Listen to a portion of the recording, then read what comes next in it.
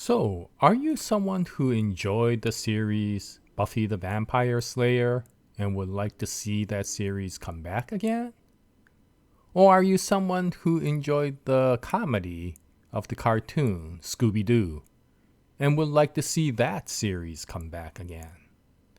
Maybe you're someone who would like to see a series that combines the interesting aspects of Buffy the Vampire Slayer and Scooby-Doo. And if you're in that latter category, then fear not, because there is the comic DanDaDan. Yes, DanDaDan. So DanDaDan is a comic that came out a few months ago, and it is a comic that delves into the paranormal and supernatural, and it is a comic that revolves around somewhat comedy sorts of interactions, and has high school characters that come out similar to Buffy. So is it very similar to Buffy the Vampire Slayer? Not really. And is it very similar to Scooby-Doo? Not really. But is it similar to the combination of the two? Yeah, maybe you could think that way.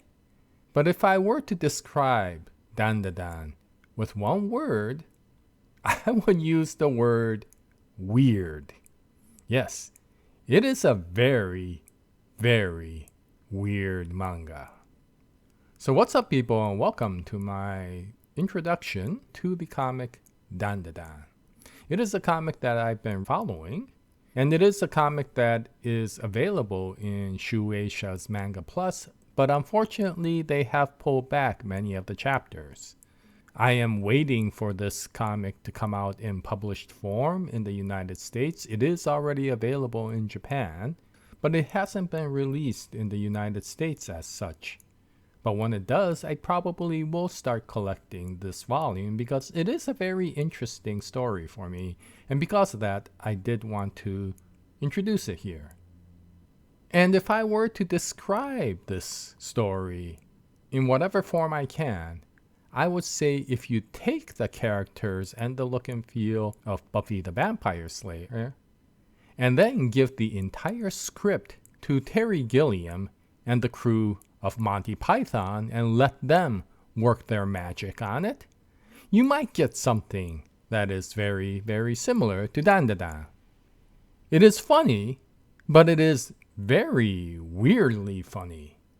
It does have some tense moments, but once again, it's extremely weird. And so I am not sure if you will enjoy it. But if you ever were curious about how Buffy the Vampire Slayer might be written if you give it to the crew of Monty Python, you may want to take a look at DanDaDan. Now, DanDaDan revolves around two main characters. One of them is a Japanese high school gal named Momo Ayase, and the other character is a very stereotypical nerd otaku type character, on the surface at least, named Ken Takakura. Yes, Ken Takakura, the same name as the famous 1970s Japanese actor who did all of those Yakuza type of movies back in the era. And coincidentally is the actor that Momo Ayase has a crush over. Now, Momo Ayase is very much a gal. She is considered to be quite cute, but she has a little bit of an attitude, and I think a lot of the other high school students really don't know how to deal with her. She does have her gal type friends, and she does the usual gal type things. But she also has a very unique interest in the occult, whereas Ken Takakura has an interest in the extraterrestrial phenomena. And so the story begins where the two of them are arguing over which is more real, the occult or the extraterrestrial phenomena. And this discussion keeps on going in a very colorful manner until it gets to a point where they decide that they will do a dare. Momo challenges Ken to go to a location that is considered to be extremely haunted, while Ken tells Momo to go to some place where supposedly there has been alien sightings. And this opens up the entire story so far to some very, very weird events that you could relate to with Buffy, you could relate to with Scooby-Doo, and you could even relate to it with X-Files. And so if there's another way of describing DanDaDan, it might be the characters who might come out in High School Musical would fall into the plot of the X-Files, but once again, have it written by the people of Monty Python. And if you ever wondered what that combination might be like, once again, you might want to look at DanDaDan. It's a comic that probably won't fall into the middle, just okay sort of situation. You'll either like it quite a bit or you won't like it at all. Now, despite it being a paranormal horror sort of comic, it isn't completely into the violence that you would see in shows such as Buffy, but it definitely does delve into the disturbing. And when you look at it in terms of the disturbing, it actually has the feel closer to something like Stanley Kubrick's The Shining. And you will see some very disturbing paranormal creatures such as this. And you will see images of very strange and sometimes disturbing paranormal situations. And of course, the characters get involved in it, and so you will see these sorts of creatures come after the two characters.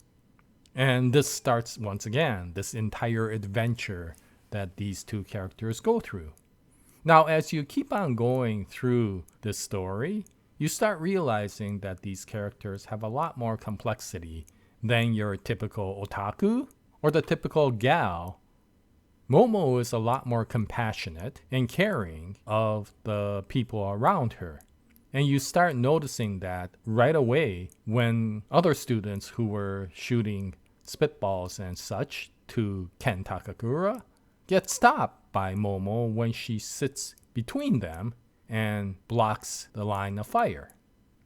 But that doesn't mean that those two really get along. And it is a kind of a love-hate relationship that keeps on going in the beginning with Ken and Momo. And Ken has an unusually aggressive attitude. And you already see that when he goes into his arguments with Momo with regards to the extraterrestrial phenomena.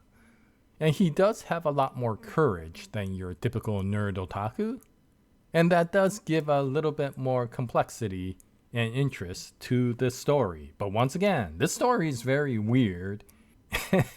And the interactions that come out are very, very strange. So if you expect the drama that you might see from Buffy, it's not really going to be that way because the weirdness overrides a lot of that interactions that you saw there.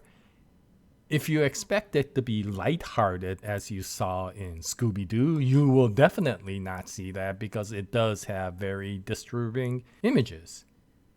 But it is very wacky.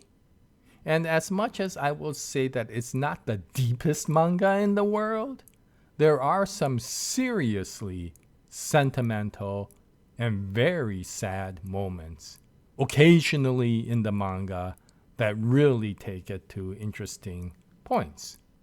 And so I wanted to introduce DanDaDan because it doesn't fall into the typical comic genre. Yes, it has that typical comic look and feel. It has that gag comedy, but it's very weird. And if you ever wanted to see something that goes into the paranormal, but do it in an extremely strange and comedic manner, then DanDaDan might be for you.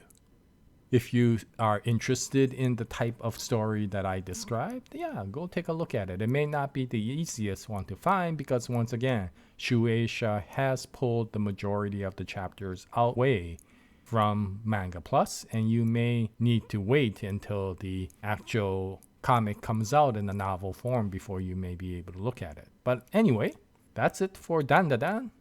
And I'll continue to look for other interesting comics, and if I do find them, I'll bring out other videos. But thank you very much for watching this video. If you have read DanDaDan, How would you describe it? And I thank anybody for putting their comments in the comment section below. And until the next episode, happy manga reading, and as always, Jaya everyone.